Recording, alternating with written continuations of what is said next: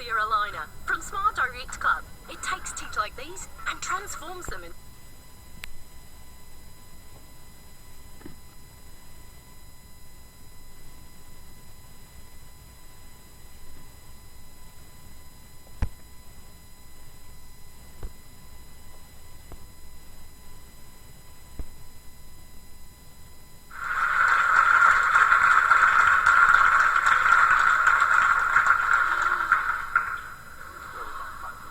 Oh, they're all standing on their chairs. If you feel that you have something that you really want to talk about that we have not addressed at all, let us see your hand.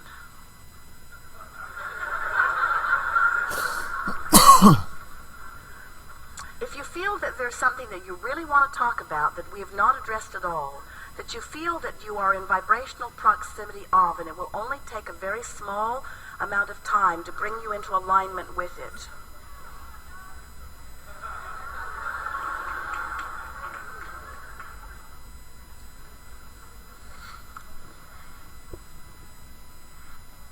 You've mentioned it, but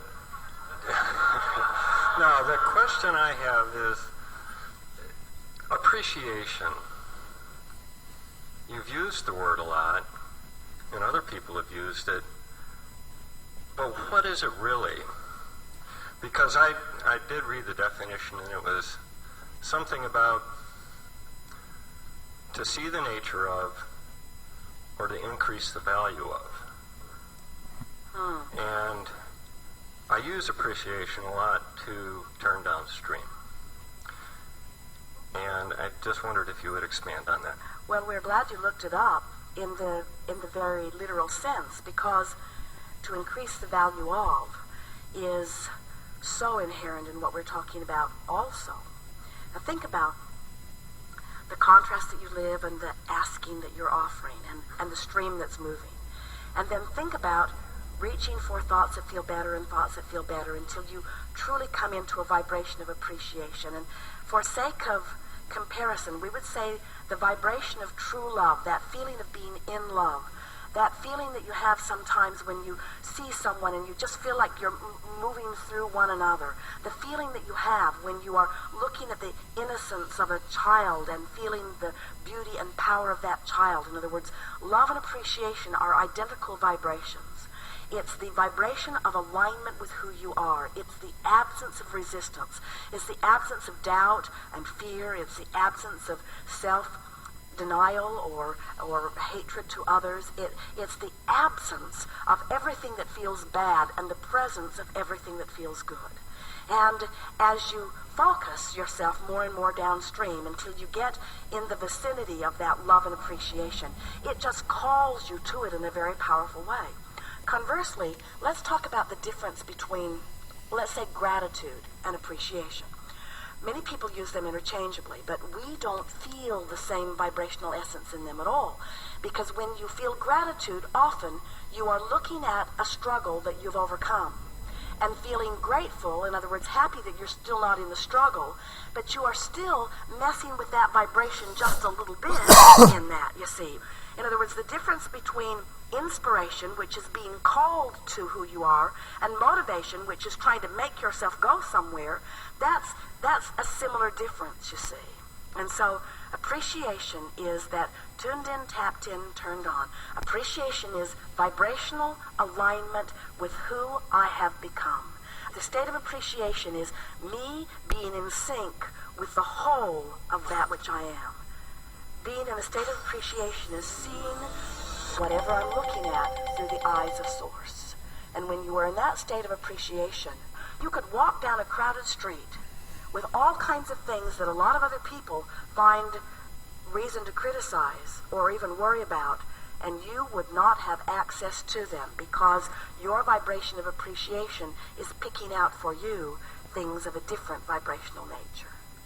A state of appreciation is a state of godliness. A state of appreciation is being who you really are. A state of appreciation is who you were the day you were born and who you will be the moment you die. And it would be, if we were standing in your physical shoes, your quest in every moment. But the tricky thing is, Joseph Campbell used the word bliss, and we think it's equal. follow your bliss. Sometimes you can't get a whiff of bliss from where you are. So we say, if you're in despair, follow your revenge. It's downstream. If you're in revenge, follow your hatred. It's downstream. If you're in hatred, follow your anger. It's downstream. If you're in anger, follow your frustration. It's downstream. If you're in frustration, follow your hope. It's downstream. If you're in hope, now you're in the vicinity of appreciation. Once you get into the vibration of hope, now begin making lists of things that you feel good about. And fill your notebooks full of them. Make lists of positive aspects. Make lists of things you love. Go to the restaurant and look for your favorite things and never complain about anything. Look for the thing that you like the best, even if there was only one thing in all of it that you like. Give it your undivided attention and use it as your excuse to be who you are. Use it as your excuse to be who you are. And as you use those things that shine bright and make you feel good as your excuse to give your attention and as your excuse to be who you are, you'll tune to who you are, and the whole world will begin to transform before your eyes. It's not your job to transform it for others, but it is your job to transform it for you. We have enjoyed this interaction immensely. It is lovely to come together with those like you who are coming to know who you are. We are appreciating that which you are. And as we see you through our eyes of source, we have to say to you, you have nothing to complain about, but there's nothing wrong with your complaining. Because in your complaining, you just launch more rockets and you just make more vibrational escrow. You just make the world a better and better place by living it. So you can't get it wrong and you never get it done. And from our vantage point, we feel only love and appreciation for your willingness to come and participate and to take thought beyond that which it has been before, not just in this forum, but in life itself. You know, you can't get it wrong, and when you have your croaking experience, you will then realize fully the value that you have offered to all that is, and you will revel in it and you will feel good about it. It is our desire that you start feeling some of that now. It is our desire that you start giving yourselves a break. Lighten up. Be easier on yourself and others. Look for things to love and appreciate and find the true you that came forth to live this life experience. There is great love here for you. And as always, we remain blissfully, joyfully, appreciatively incomplete.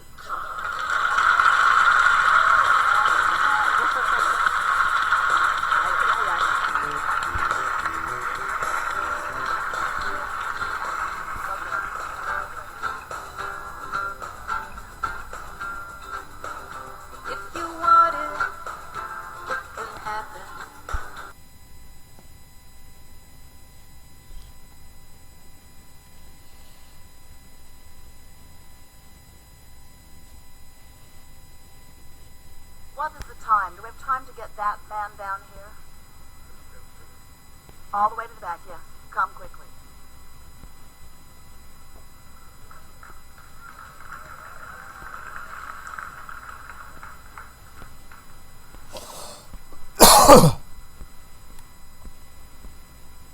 He likes to test the laws of the universe. He says, I'll sit as far away as possible in order to get called on. Unfortunately, your time is up.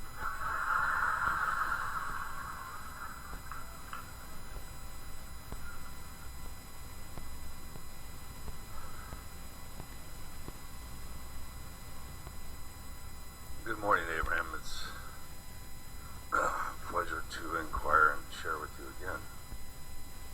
I had a couple of questions I really wanted to look at and see if you would help me with them. My first question is that in my time here, my physical experience, I was part of a process called the military. And in that, there was some great trauma.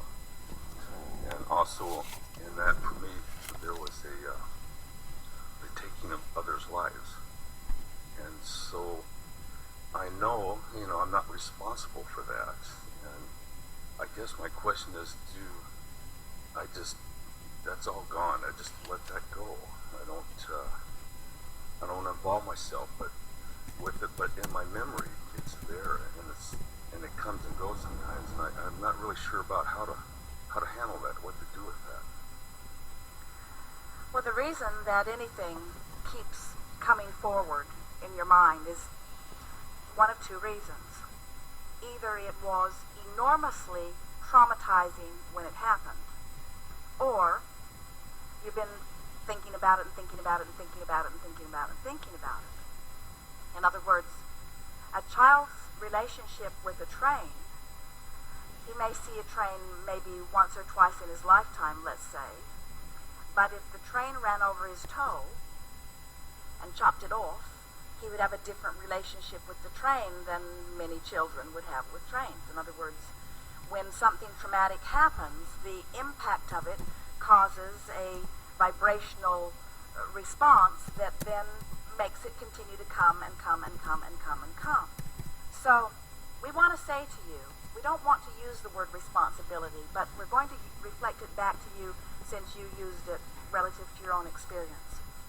We want to say to you, in the context in which you offered this, you are not responsible for what was not just asked of you, but demanded of you in that context. In other words, that's what you signed on for, and so we will give you that completely. You're not responsible for that, but you are responsible for the way you feel about that now, and you are responsible for your thoughts turning to it now. In other words, you are responsible for the amount of time that you keep it active in your vibration right now. Meaning, there are many things that you could think about other than that, but that comes up often. So the question that we want to discuss here is, why does it come up? Well, it's obvious because it was big, because through life experience, you were in a situation where others demanded from you behavior that didn't match the vibration from your broader perspective. Now, it might be a little bumpy and uncomfortable as we move along here, but it will come to a conclusion that will be very satisfying and beneficial for you. When you set out to please others, so you join their club, and you keep their rules, and it matters to you, their opinion of you, their approval of you becomes the most dominant thing, then what happens is you replace your guidance system with them.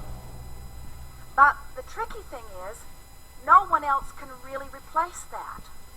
And so, through all of that, even though the rules and the laws and your peers and the movement and everything about that time and that place made it seem impossible for you to do other than keep those rules, still in all of that, you were defying who you really are. It happens with almost everybody all day, every day, as people go to work and be on time because they're supposed to, even though from their broader perspective, something else might be more in keeping with who they are and what would be beneficial to them.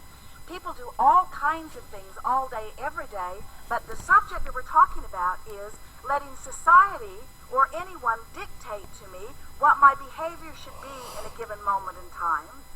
And in order to let society or anyone dictate that to me, then I have to let go of this. And we just want to say to you, your discomfort, and we so want you to hear this, your discomfort is not because you took lives, because it's all co-creation and there is no death.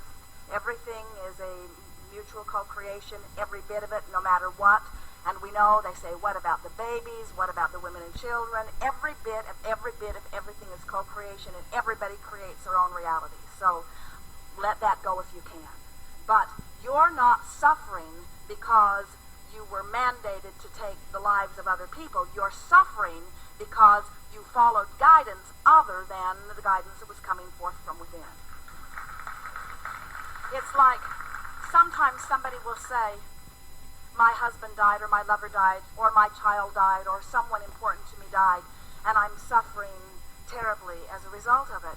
And it's hard for them to hear, but we mean it with such fervor as we say to them, This pain that you're feeling is not because that person has died. This pain that you are feeling is because you are using this as your excuse to not be who you are. In other words, you're not missing them, you're missing the way you felt before you were using that as the excuse not to feel that way. You're missing you. You're missing your alignment with you, you see. You're creating a void. You're not letting the source within you love you the way the source within you loves you, even though you have that experience, you see. You're holding yourself apart from the love that source offers you and using that as the excuse.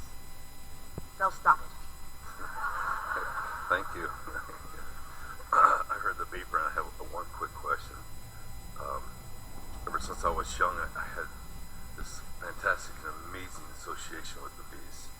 And recently, a real close piece of ours left. And I really had a hard time and struggled along with my wife how this took place because you're not missing the beast. You're missing the way you feel when you were with the beast. So what the beast represented to you was those close animals. They are so easy to love, and they hold themselves as object of attentions that cause you alignment. They teach you alignment by their very beingness, you see. But we're going to say the same thing to you again that we just said to you. It's not the animal you miss. It's the way you felt that was inspired by the animal, you see. And that's why that happened, because you've been questioning this other big issue that we just chewed on, that you feel so much resolution in already. You've been suffering over that for a long time. And the beast said, let me see if I can help you out. Let me see if I can help you out understand something that's really important, you see. Good time for a segment of refreshment.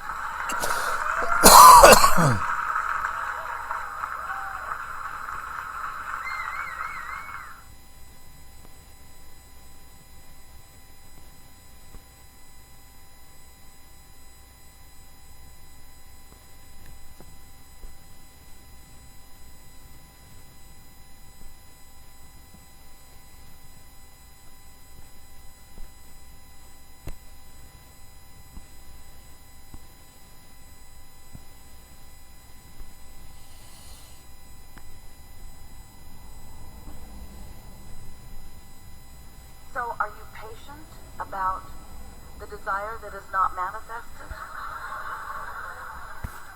Well, we don't want you to become complacent about it, but when you understand that if this time-space reality has caused you to focus a desire into being, it can be what you want to call a see it, hear it, smell it, taste it, touch it reality. In other words, it doesn't just have to be a dream that you feel good about. It can be a reality that you sleep with or park in your garage. In other words, we want desires to be born, but we want you to be all right with the desire that hasn't manifested fully, because we want you to be satisfied with the early manifestations of your desires. And what are the earliest signs of manifestation? More ideas coming. The contrast, of course, is the earliest of all. The contrast is what gives birth to it. But once you've given birth to it, you've got to begin to line up with it. Otherwise, you can't realize it. You won't recognize it. You can't sniff it out. You can't be on the trail of it. You can't want it and doubt it and be moving toward it. When you want it and doubt it, you're moving away from it. When you want it and feel nervous about it, you're not allowing yourself to be in the receptive mode of realizing it. And the reason that word realize is such a good word is because your path is being revealed to you all the time. In other words, the source within you knows what you've asked for and knows where you stand in relationship to what you've asked for, and is giving you continual guidance about how to close that gap between the wanting it and the full realization of it. You have come into these physical bodies because you expected full realization of of ideas. That's why it is a time and space reality. That's why you have these physical senses to translate the realism into its fullest form. So when a vibration is translated by you, the first thing that happens is you'll have a thought about it, and in the moment that the thought comes, you'll have an emotional manifestation, which is the indicator of how on pitch you are vibrationally with your desire. So when you got here, your physical senses were working so well, you didn't even realize that you were an expert vibrational translator. You just thought that you were seeing and hearing and smelling and tasting and touching. You didn't realize that you were translating vibration into a reality. You are a vibrational being who has the ability to control your vibrational output through focus. And that when you control your vibrational output, you also control what comes into you in terms of a realized life. Because the law of attraction, the most powerful law in the universe, really the one we talk about mostly, says that whatever you are vibrationally emitting is what is coming back to you. Because in your emanation, you set a vibration that equals your receiving. Now, we have not said that to you before. Do you know that you set your receptive mode by your transmission mode? What you focus on is how you focus your dial. So you can't be saying one thing and getting another. You can't be thinking one thing and getting another. You can't be feeling one thing and getting another. The universe does not hear your words. The universe is responding to your vibrational output. As you are offering this signal based upon what you are giving your attention to, whether it is in the past as you are remembering it, or in the present as you are observing it, or in the future as you may be imagining it, it doesn't matter. You're doing it right now. It's causing you to emit a signal now. That signal equals your point of attraction now, and the whole universe is queued up to respond to that vibration. The thing that would help you to emit the vibration, the one you want to emit, meaning the one that you want to be answered, the easiest way to do that is by caring, really caring about how you feel. Because when you care about how you feel, you're alert to your emotions. You're alert to your emotions, which are your guidance system. Your guidance system, which is giving you constant, in-the-moment feedback between what you've asked for. Another way of saying that is all that you have already vibrationally become, and what you're allowing yourself to realize in its full manifested form. In other words, you want to be aware of that gap. And you don't need to think about closing it tightly all the time, because you can't. Life is causing you to expand continually. You're never going to completely close that gap. So here's how it works. You sift through life.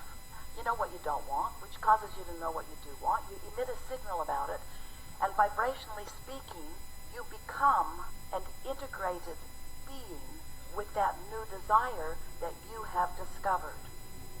Vibrationally speaking, you become it. We're going to stand over here in the vibrational spot, in what we call the vortex, or the vibrational reality. You have become this newly improved version. Life caused you to become it. Or you haven't manifested it yet, most likely. It's a new idea to you. It's a new idea that isn't all that familiar. It's a new and improved idea. But the larger part of you, the non-physical part of you, that existed before you came into this body, that still exists in the non-physical realm, even though you're here in this body, that part of you became that newly improved, that newly expanded vibrational version that life just caused you to become. But you're probably still standing over here in the same beliefs. Beliefs just a thought you keep thinking, it's a habit of thought. Standing over here in the same beliefs that you held when you launched that rocket. You're not ready to believe in your ultimate prosperity. Life caused you to want more money, but you don't believe in the more money that life just caused you to ask for. If you believed in it, it would be flowing into your experience. Except that there is a vibrational version of you that you may or may not, usually not completely, be up to speed with. And that vibrational version of you is calling you toward it. It's calling because law of attraction is focused upon that new and improved version of you. And law of attraction is summoning all cooperative components to it. The question is, are you a cooperative component to your own desire? And the answer to that, in many cases, is no, not yet. I do not believe this thing I want. I'm giving lip service to it. Life keeps showing me that I want it, but I am, we're speaking from your perspective, often so wrapped up in the observation of what is, because after all, I can see what is, I can hear what is, I can smell it and taste it and touch it. What is so vivid. What is so vivid. Most of my vibration is about what is, and we want to say to you, that's a bit of a problem, because if what is so vivid, you give your attention only to what is can't change much. It's slow going, have you noticed? So, you've got to let go of what is a bit. You've got to stop telling it like it is and begin telling it as you want it to be. You've got to lighten up. You've got to stop defending what is as if there is someone standing there saying, why is that? How'd you get there? What are you doing there? What are you doing? What are you doing? Why did you do that? Why aren't you further down the road? You've heard those questions. And you've developed a pattern of answering them that comes out in your personality like defending yourself or like justifying yourself or like rationalizing. And we want you to cut that out because every minute you spend in defense is a moment in resistance, not in allowing. It's in resistance, not in receiving. It's in resistance to the path that is calling you, and that's why you feel negative emotion. So some things you want to know. First, if the path were not calling you, you would never feel resistance. Next, if you hadn't asked for stuff, the path wouldn't be calling you. So if you weren't mixing it up and expanding, then there wouldn't be an improved version of you calling you forward. But since there is, and since you can't change that, since you are eternal beings, since there is a source within you, since there is a source within you who knows all that you have become, who is calling you and other cooperative components to these focused points of realization. You rendezvousing with the things along your path, that's what life really is. You see, it's not just the final destination that you're rendezvousing with. You're rendezvousing with all the fun along the way.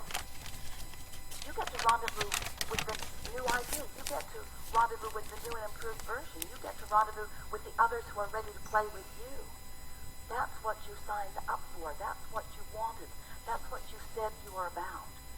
You are deliberate creators, genius creators, here in the best environment ever, launching rockets of desire all day, every day, and often holding yourself back from what you have expanded to be.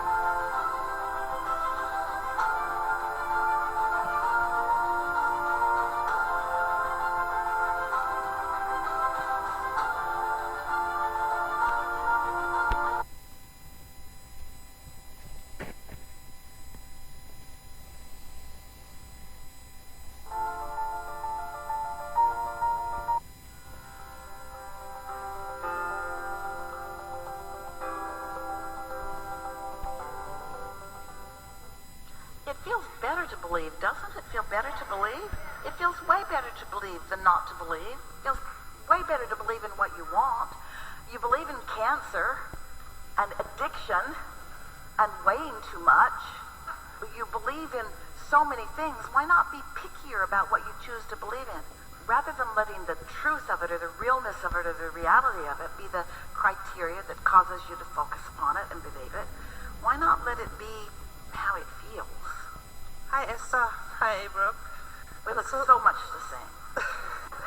I love you so much and always dream about to meet you sometime in person and have a fun relationship. So I have a partner and he has great abilities, and I studied the law of attraction with you quite for a long time, and sometimes he says there's more to it, but earlier you said the law of attraction is everything.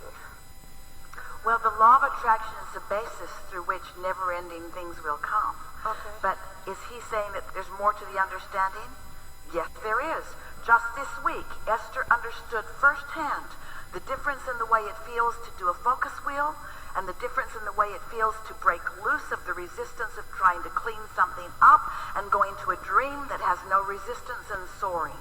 It felt like going through a portal in time or a portal of creation. She's been at this a long time, and every day there's more. Yeah. The understanding, he says, that more laws, more spiritual laws, like because of the law of cause and effect we talked about today. But he says there's also the law of intention, and that is also the law of attraction.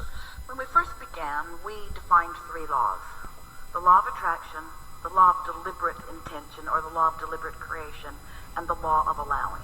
But deliberate intention is not a law.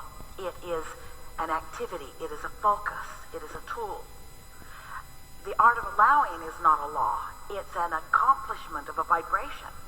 The law of attraction is a law.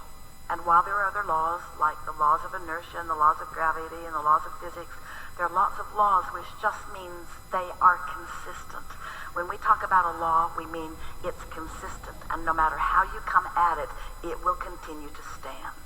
You won't be able to find a way of shaking any part of it loose from its basic foundation, because it was solid at its basis, and everything that grows from it is too.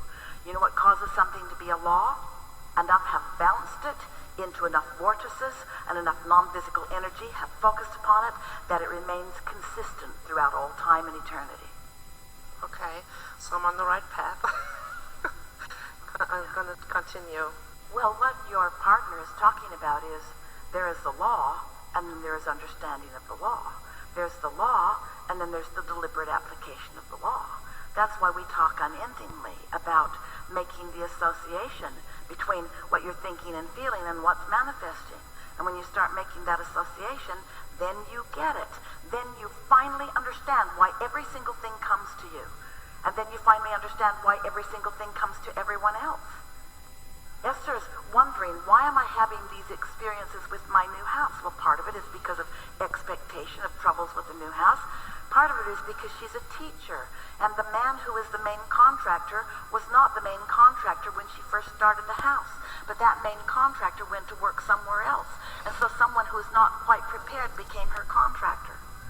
And so he benefits so much. Esther so much wants to teach him that all he has to do is be clear about what he wants, and it will go easier. But because he's not really clear about what he wants, or because he doesn't expect people to respond to him, they don't. So when he sets an appointment, it usually falls through.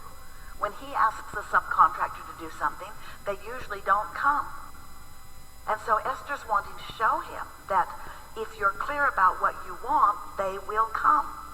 So this has been the most delicious co-creating, that she gets to play with this man who is understanding now how he can be more powerful in his own life experience, which makes Esther understand why she so much wanted to build a house she does not need. Because she gets to play. She gets to play with the contractors and the subcontractors, but most of all, she gets to demonstrate in real time how things come about. what more fun in all of the universe could there be than that? Yeah. Okay. Another question, and you said nothing is off limits. Just that one thing. Spiritual warfare, is that something that exists? Is it Only in the mind of one who wages it. Well, we've been talking about spiritual warfare all day today. I want it, but that's spiritual warfare. I want it, but I don't believe I can have it. I love you, but I hate you. That's spiritual warfare. Any thought that you think that goes in opposition to who you really are and what you really think, we think spiritual warfare is a very good label for that. But to look for the pile of those that are evil, that does not exist. All warfare is self-inflicted. It's hard to accept that because sometimes when somebody comes running at you with a weapon, it looks like they are the aggressor. But there is no assertion in this universe. It is all attraction. It is all attraction. It is all attraction. How can somebody say, when they're spiritually inclined, I can create in somebody else's experience? Is it by them speaking out something to where the other person believes and that it Yes, which we would call not creating their reality, but influencing it through the clarity of your own. That's what a healer is doing. He is seeing wellness even though the one receiving the healing is sick. But if the healer sees wellness and is not having spiritual warfare with himself, then in that alignment with source energy, he can influence for a time the healing. And then Jesus said, go forth and tell no one, because he knew if you went home and talked about it, they'd talk you right back into your sickness. Really? That button came off my shorts. Yeah, okay. So opening people up, letting them relax into the receiving mode before or during the Reiki session or healing session is a very, very good thing. It's very helpful. And when you feel inclined, and sometimes you will and sometimes you don't, which means sometimes they're ready and sometimes they aren't. But you could suggest blue glass feathers and butterflies and see what happens next by helping them to understand that when they hold thoughts of no resistance, that those things come fast. And when they show themselves that, then they've got it. As we stand here with Esther's permission, utilize her apparatus to explain, to communicate, to enjoy, someone sitting in the audience could conclude that this is just a very eager girl who is really sure about her opinions and is presenting them with some effectiveness. We can get how you might come away feeling only that. But if you have heard something that makes you think that maybe meditation might be a good idea, so you manage to quiet your mind and stop resistance, which allows your vibration to rise. So you're in the receiving mode without really even knowing that you are, but then you get an impulse, and you follow the impulse, and you get the great effect from that cause of that vibration. Now you have knowing. Now you understand how it works. And if you can do it with one thing, you can do it with all things. It's just that some things you have more resistance within you. You have more spiritual warfare going on within you on some subjects than others. Only because you've practiced the what is longer. If you were born into a family who was without resource and talked about it all the time and condemned everyone who had resources, it's likely that that's the way you feel. And it's also likely that resources come very hard to you. If you were raised in an environment where they say only those who work very hard and suffer mightily can receive abundance, then you might have abundance, but you may be paying a very big price to have it. And so what you believe is what happens to you. And we just want to shake loose your thinking about that you can change your beliefs. But if you need to change the circumstances so that you can believe, if I look at that and I don't like it, then I'm calling it to me. If I look at that and I do like it, then I'm calling it to me. Whatever you give your attention to, you call it to you. And so once you get that simple, consistent tenet of the law of attraction, once you get that down, then all the mysteries go away. Can you tell me how well am I doing in keeping my vibration up?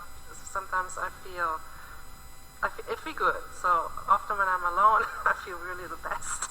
Do you know what that means? If you feel best when you are alone, what that means is you don't have very much spiritual warfare going on within you. You're not weighing the pros and the cons and the pluses and the minuses. You're not beating it upon yourself. But it also means that there are things about others that bug you. Yeah. And so when you observe those things, then you introduce the resistance into your experience. And so the answer to your question is you're doing extremely well. Another answer to your question is you know that by the way that you feel. You know that because you more consistently feel good. You feel elation. You're high on life. You feel eager about things. These are all indicators that let you know how you're doing.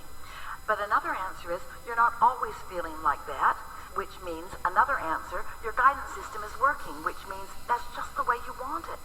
You want the negative emotion to be the indicator that lets you know that there's some resistance in there. It also means that there's something that you really want that's right here in front of you.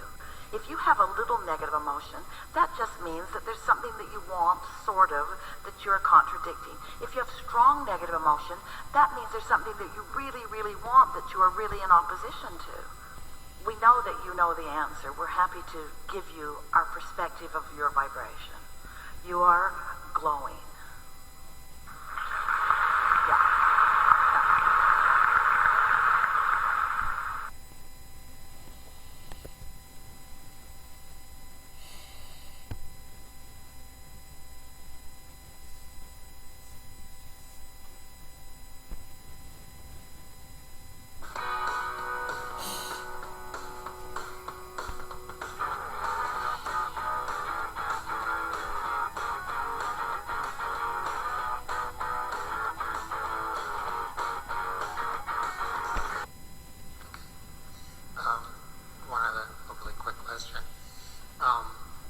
I read a number of things in the morning and in the evening.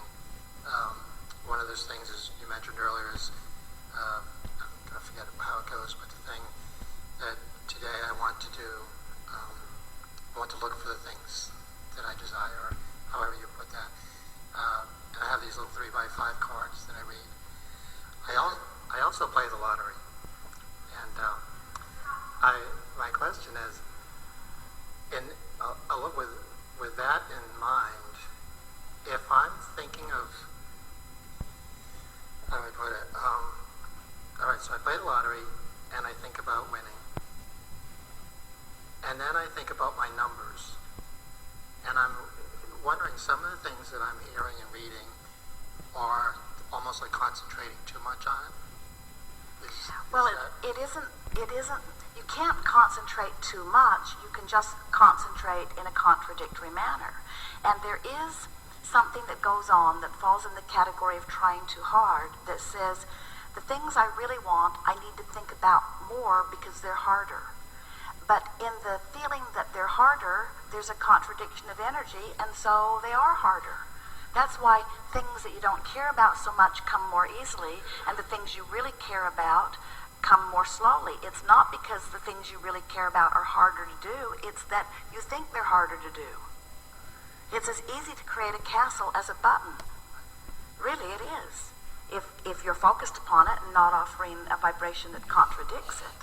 So, when you said,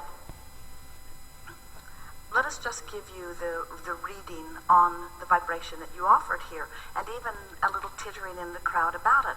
I like to play the lottery, you said. And in saying it, there was an absolute, definite, smack-in-the-face vibration that said, I shouldn't be trying to be a deliberate creator in this way. It was present in your vibration, and others felt it in the room about themselves as well. And what's off about that, in other words, there's nothing wrong with money coming to you in whatever way it comes, as long as it doesn't contradict some vibration within you. In other words, if you want money, and you are driving down the street, and the doors on an armored car fly open, and a bunch of money falls out on the street, you might say, I wanted money, and there it is. And it's possible for there to be no misalignment in that, but it's more likely that in your environment and from what we're feeling from you, that you'd say, I want money, and money fell in my lap, but this isn't really my money. And the discomfort in keeping money that doesn't belong to you would be contradictory energy, and so keeping that money would not be good for you because there's a vibrational discord. In other words, there are people who you believe say winning at all costs, and I'm just not one of them, and we say no one is a person like that. No one can stand in a place and win at all costs because everyone has things that they see as contradiction to energy. And you just can't measure the results that you're seeing as you see people accumulating piles of stuff as the final success. How you're feeling is really what it's all about. There are people that are winning lotteries or finding fortunes who are not tuned into who they are and who are having miserable lives because they're out of balance in some other way. It's what makes people start telling the story that money doesn't make for happiness, and that story's been told so much that many people believe that money now is the root of all evil, or at least the root of some evil, maybe even a little bit of evil.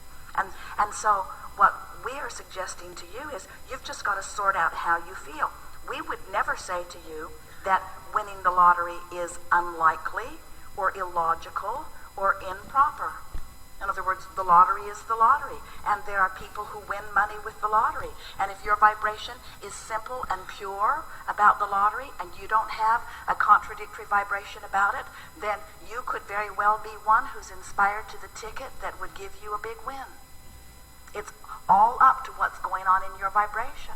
You have to feel. If we were standing in your physical shoes and sincere about playing that game, first we'd call it a game. We wouldn't make it crucial, and we would get ourselves into a vibrational place. We've been talking about that all day here today.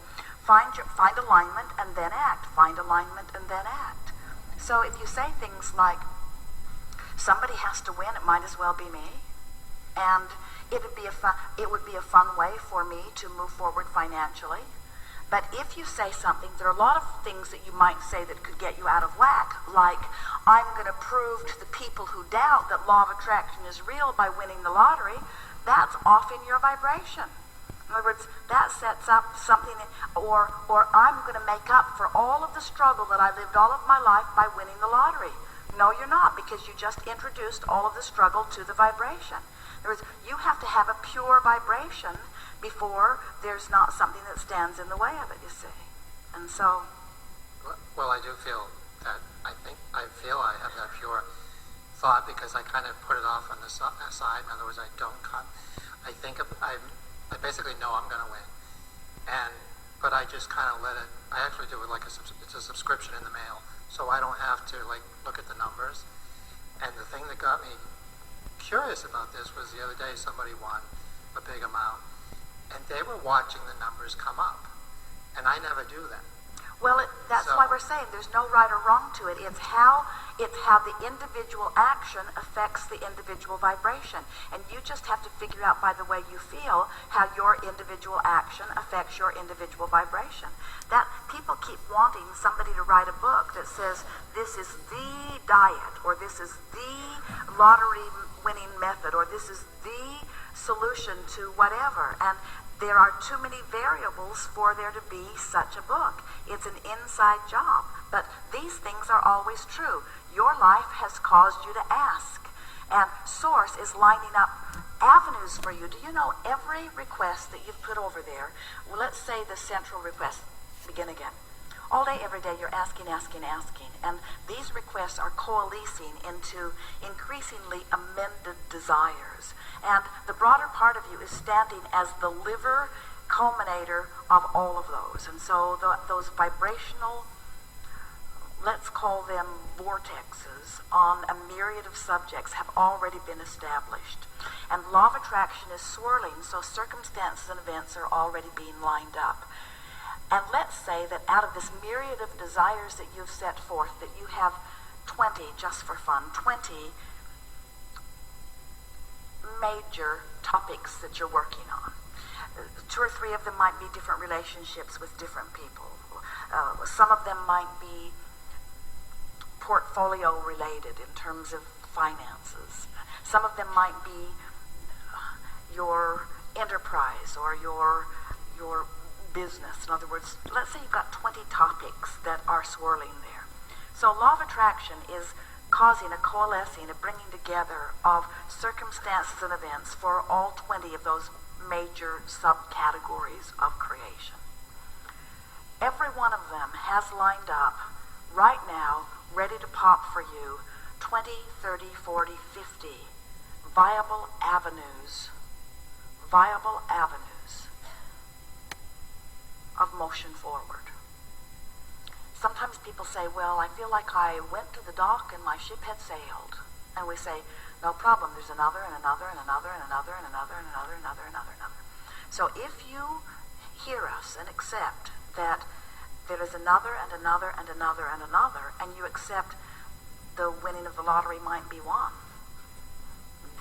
an idea about something might be another. In other words, the universe is looking for paths of least resistance to satisfy through you and through how you live and through how you think the things that you've asked for. In other words, if we could just convey to you, sometimes it looks like what you think is, oh yeah, I'm asked, but there's this arbitrary board that is saying, well, the worthiness isn't quite in place, or let's let that one just stew a little longer because there's more to be learned.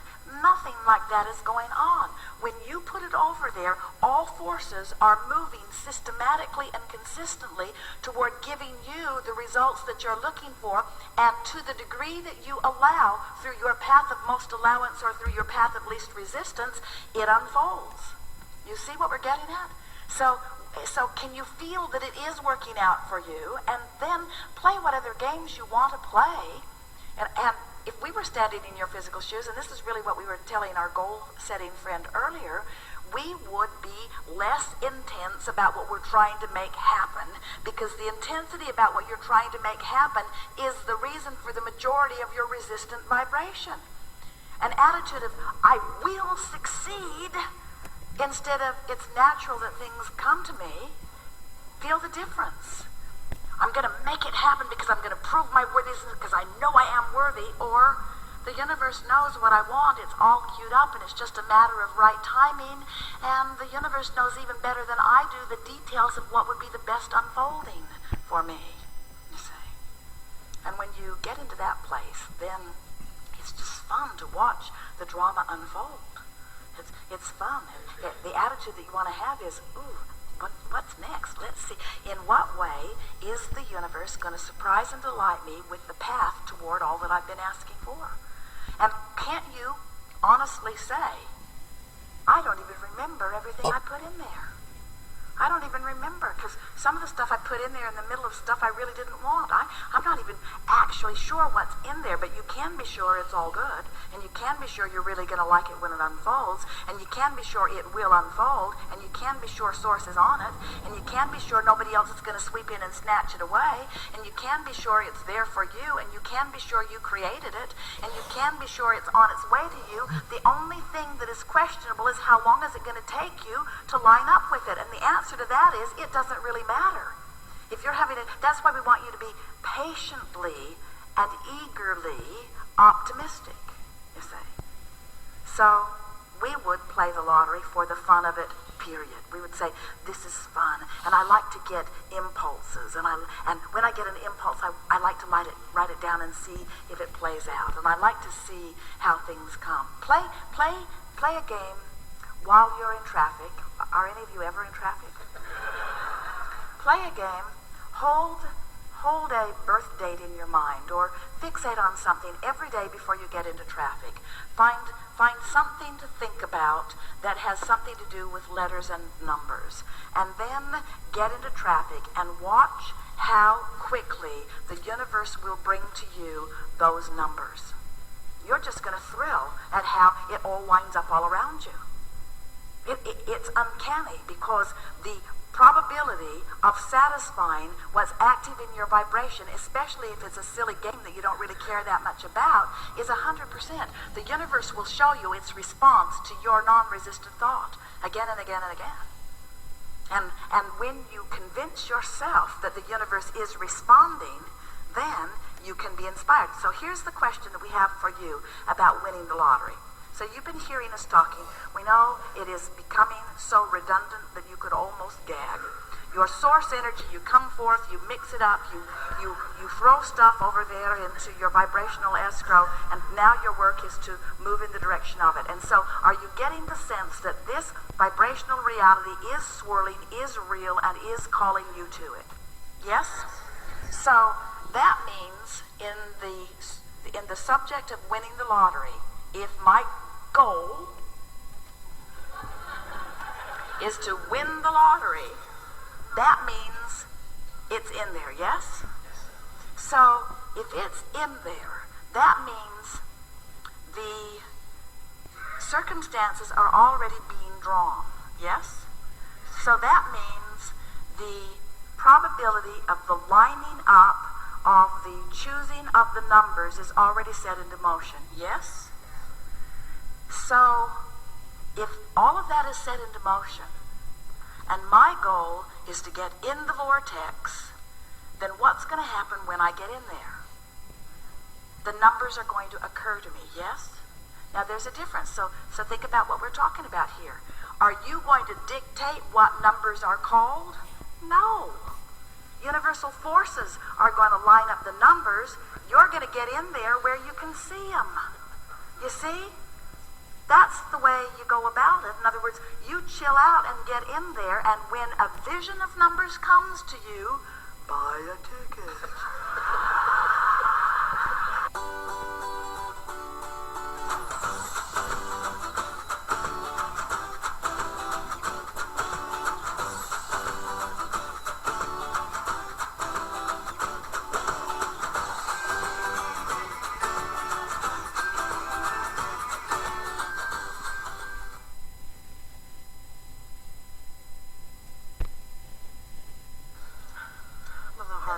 So fast. That's a good thing. This is fun. Okay, so I just wanted to tell you really quick, a fun thing is that my heart is going really fast. A couple weeks ago we went to Universal, and when we walked in, we had tickets that we didn't have to go to the counter, and so we didn't have the little map of the park, and I said, we need a map, and we kept walking, and about a minute later you saw a roller coaster go, and a map fell out of somebody's pocket. It's like, if it was always that simple. So, anyway. That's exactly the way it is supposed to work. That's exactly the way. Right. By the end of the day, maps are falling out of your pocket. Right. It was lovely. So, I have to read it so that I stay focused. Okay, I've been listening to your materials for almost 20 years, and my life and the way I view it has changed tremendously. I'm married to a man that I adore. He's strong-minded, and he inspires me to ask for more, know more, and become more. I totally understand that I'm in charge of me and creating my life as I do. 11 years ago, my husband went to prison with a sentence that would seem hopeless, but I know with every fiber in my being that we can be, do, or have whatever we want, literally, so I know that even this circumstance is changeable. I also know that once something has manifested, it's more difficult to change. I know that I cannot create for him. He has to do it. But I also know there's power in co-creation. And influence. There is influence. Influence. I want that. So my question is, we both want the same thing, his physical freedom, you being all-knowing, know our energy stance. I don't care what we've done wrong so far, but what I am fully open to receive is how we can individually and together direct our energy in the strongest possible way to literally free him and both get what we want. Well, there is so much that we want to give you here because, first of all, you give us an opportunity through this example, and your mate really has the opportunity to experience this fully, even more than you do, of discovering that freedom, in its truest sense, is alignment. And bondage, in its truest sense, is resistance. And anything of a physical nature, even bars and jails and confinement, doesn't even come close to the power of this resistance or allowance that takes place vibrationally. So, we've been talking a lot here today, in a stronger way than usual, about finding a way to release the attachment, the fixation, the addiction to what is. And there's no one who wants to do that more than someone who's incarcerated. In other words, if you are in a situation where the confinement of your experience is like it is for him, then his only path to freedom right now is through the emotional route. So he's more likely to do it than anybody else in this room. It's like we often say, we just really enjoy visiting with groups of terminally ill people. A little annoying to the audience when they hear it, but the reason is because they're open to new ideas. In other words, they're finally at a position where they're willing to let go of the stuff that hasn't been working for them because they have nothing to lose and everything to gain about going the emotional route. And so that's the thing that is really exhilarating about this. So your husband has an advantage in the sense that he is more likely to receive an understanding of this vortex and receive the relief of the vortex than almost anybody else, because he has more reason to reach for relief in a way that he can't orchestrate the way a lot of other people would attempt to orchestrate. You're following? It makes sense, doesn't it? You have an advantage over your husband in that since you are not experiencing as much of the discord of the incarceration, your expectation and hopefulness can get into alignment quickly, maybe quicker than his. You're following? So we could give you a long list of people who have written to Jerry and Esther over the years, who have had sentences that have been assigned to them, who have found their way into the vortex, who have found ways to make the best of it, who have come into alignment with who they are, who are actually satisfied where they are and looking forward to getting out. Satisfied with where they are and eager for more. Imagine, satisfied with where they are. Because they're satisfied with the emotional state that they're achieving. And when they change their emotional state, when they come into alignment with who they really are, it doesn't matter where you are, law of attraction still works whether you are incarcerated or not. In other words, law of attraction is still working inside that facility. There are things more in harmony with what your husband wants and things less in harmony with what he wants. And if he is, or if anyone is telling you, oh no, where I am, there is nothing there that I want, then we're here to tell you they're not in the vortex. Because when you get into the vortex, you will find things wherever you are that are pleasing to you, you see. Law of attraction is a very powerful thing. So, talk to us a little bit about your communication with him, what your conversations are like, what kinds of things does he say to you, what kinds of things do you say to him? That's big. When you visit, is it on the telephone? Is it? Well, it's both, but it's mostly on the telephone. So when you visit with him, when each time that you go to visit with him, what is the predominant thing that you wish to convey to him? What comes first? What do you say most often? What do you say with most forcefulness? What is it that you want him to hear from you? What do you usually say? I want him to get right so he can be free. So the reason that we ask that is because what we want it to be, because the tendency is, I can't wait for you to be out. I want you to get out. That's, of course, the predominant thing that you're feeling and the predominant thing that you're flowing. But what it does is it shines a big spotlight right on what is. Right. And then causes him to look right at what is. And then you go down that walk down memory lane of everything that happened and why, and all of that is just a big jumble of stuff that doesn't have any movement in it toward what you want. Right. I think I'm actually more comfortable where we are and feel more hopeful than he does. Well, he says that he's... We are certain about that, but this is the thing. Since we're visiting with you and you're going to be visiting with him, this is what we want to convey to you, and until you get it, you can't convey it to him. So it is our desire to convey it to you.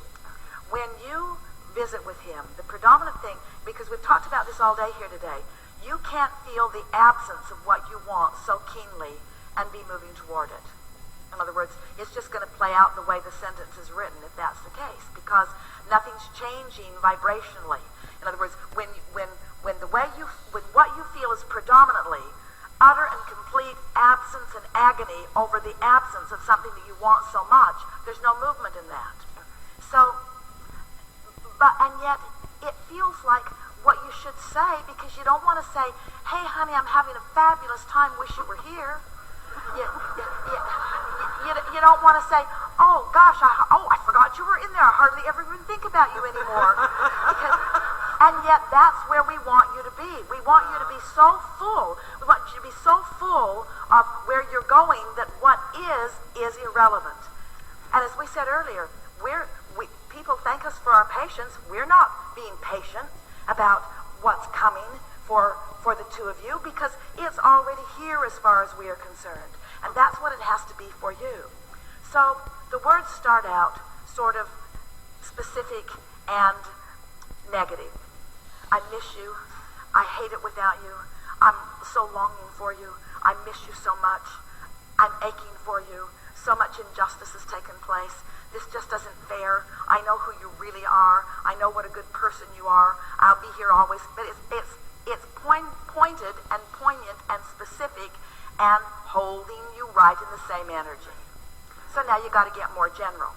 So, and you can't get specific too soon, any more than the ship can jump the 84 feet of water, so you're going to move into the locks just kind of gradually and move up. But what you're reaching for is that feeling of clarity and that feeling of calm that getting more general will bring you. So you say, "We haven't figured it out, but we will.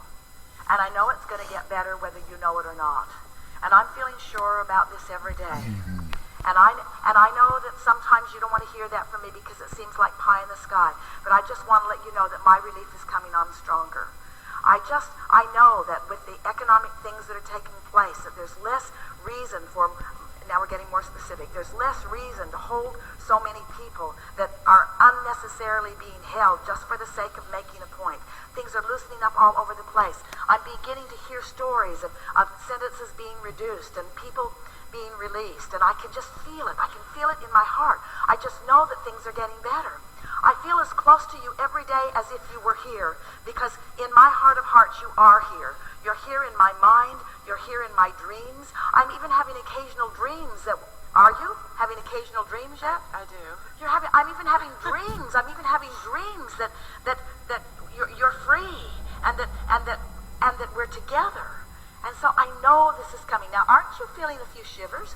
Aren't you feeling the energy of that? Aren't you recognizing that you've moved from specific to general and now to more and more specific? Now, don't lay more on him than he is able to hear, because in the same way, if you get all frisky and all sure, and he's had a particularly bad day, and you try to affirm what you know, he'll have one of these law of attraction cards moments where he'll be tearing them up in little pieces and flushing them down the toilet. In other words, it's really, really annoying to hear somebody feeling good when you don't. So now what's going to happen is you're going to find really good timing. You're going to begin to align with his alignment, because what you want, and this is what we want to convey to you more than anything, what we want for you more than his freedom from incarceration is you in the vortex.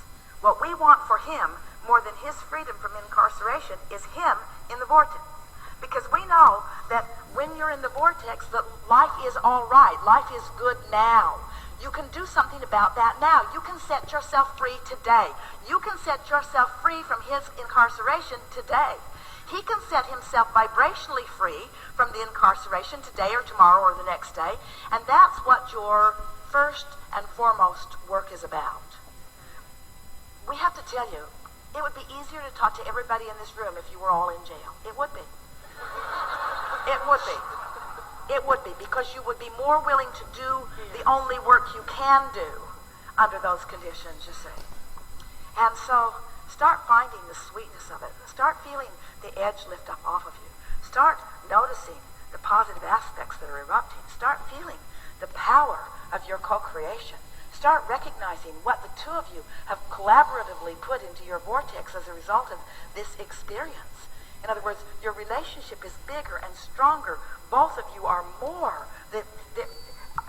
If you study the histories of the heroes and the magnificent creators of all time, you will find a huge part of them were incarcerated or bound by what seemed to be against their will, only to discover in their own personal experience that nothing can bind them, you see. And when you get that nothing can bind you, because it is your vibration, it is your alignment, now you're off and running. And we're not just giving this to you because we think it is the only way that you're going to feel happy. We are giving this to you because it is the path to his being released early. But we don't want you to do it for that reason, because then you start taking score of that, which makes you lose your connection to your vortex, which then slows the whole thing down. You're following? I am. Have fun with this. Can you hear us? Can you hear the sincerity with which we say this? Have fun with this. Have fun with this. Imagine asking someone to have fun under these conditions. We're saying, have fun with this. Have fun with this. And oh, what a book you will write one day. Good time for a segment of refreshment.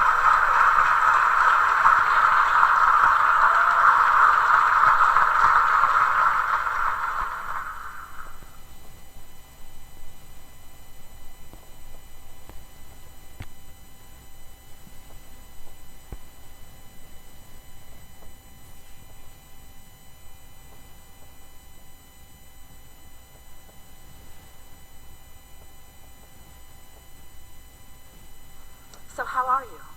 Do you feel more in control of your experience? You're beginning to feel a little invincible? Aren't you eager to get out there and sort of mix it up? Don't you love knowing that you can be or do or have anything? Don't you like the idea of the cooperative universe? Don't you like the indicators that are letting you know where your vibration is? Does it matter where you're putting your boat in the stream when the stream's moving that way and all the stuff you want's down there? Does it matter? It doesn't, does it? I read Ask and It Is Given last fall and had a fantastic winter manifesting, and my dad got sick May 10th and died June 4th. And my mom's prognosis now is 2 to 6 weeks. And I found it very challenging this past summer, and now to focus on happy thoughts and think about things that make me feel good when me and my brothers and sister and I are inundated with the grief, the anger, the obligations to clean out the estates. They're divorced, so it's 2 different households. And I wanted to hear your input on it. Well, your parents were smart enough to croak back into alignment. It was sort of a last-ditch effort for both of them, but worked just the same.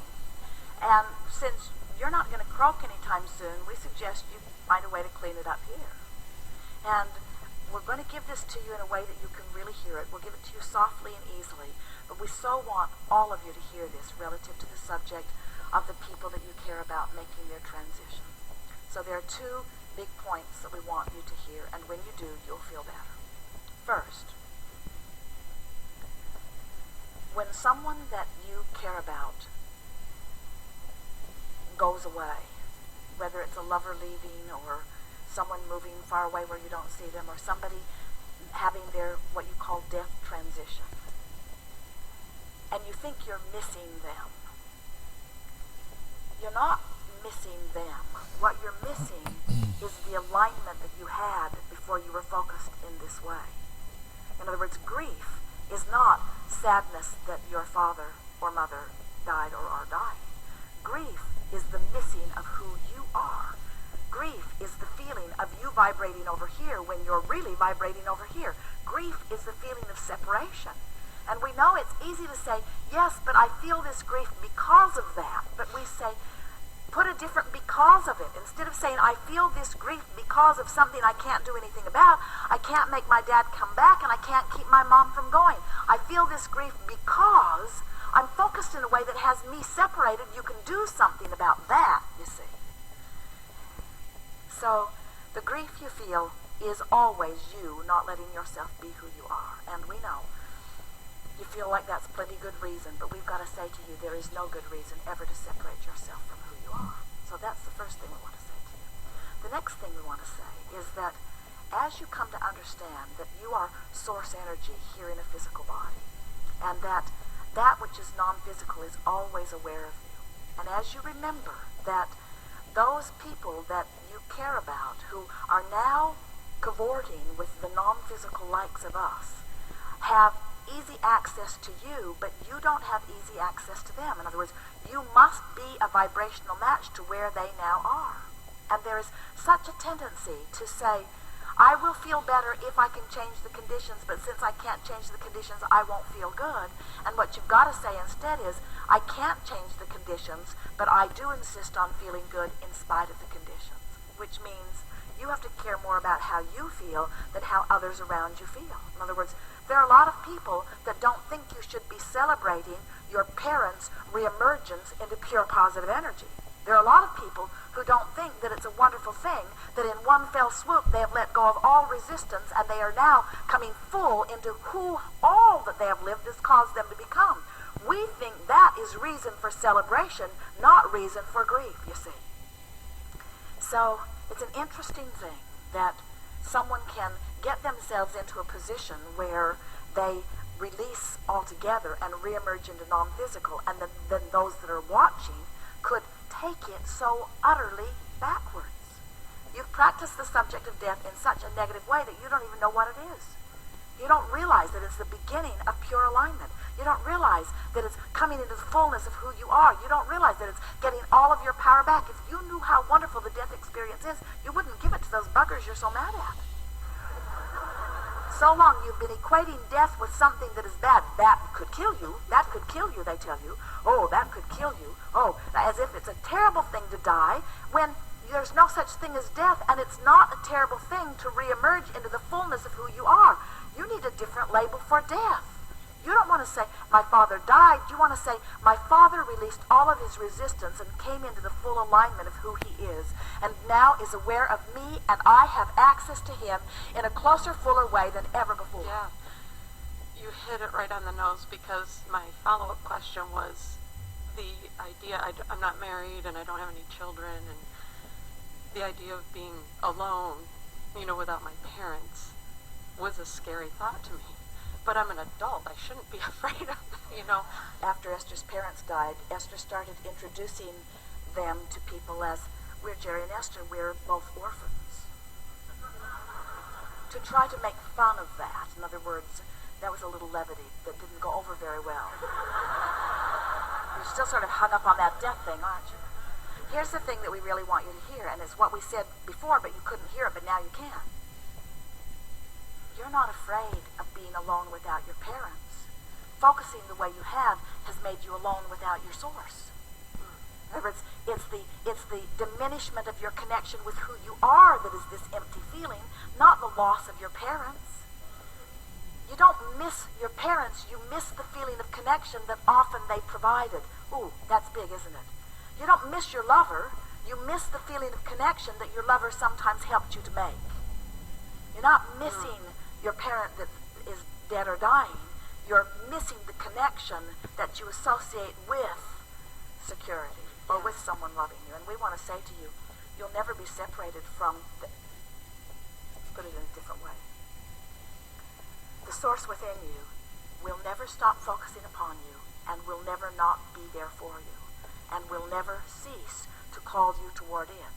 But sometimes you can fixate on things that don't let you go. But you'll get over it, because it's not natural for you to feel that way. And while all this hubbub over all of this is sort of insisting that you keep focusing there, so you're more out of whack than you've been in a long, long, long, long time. You're out of whack now than you've ever been in your life because of all of this, you see. But you'll snap back faster because now you know how it all fits together. This won't be difficult to you. Just a little time and a little concentration.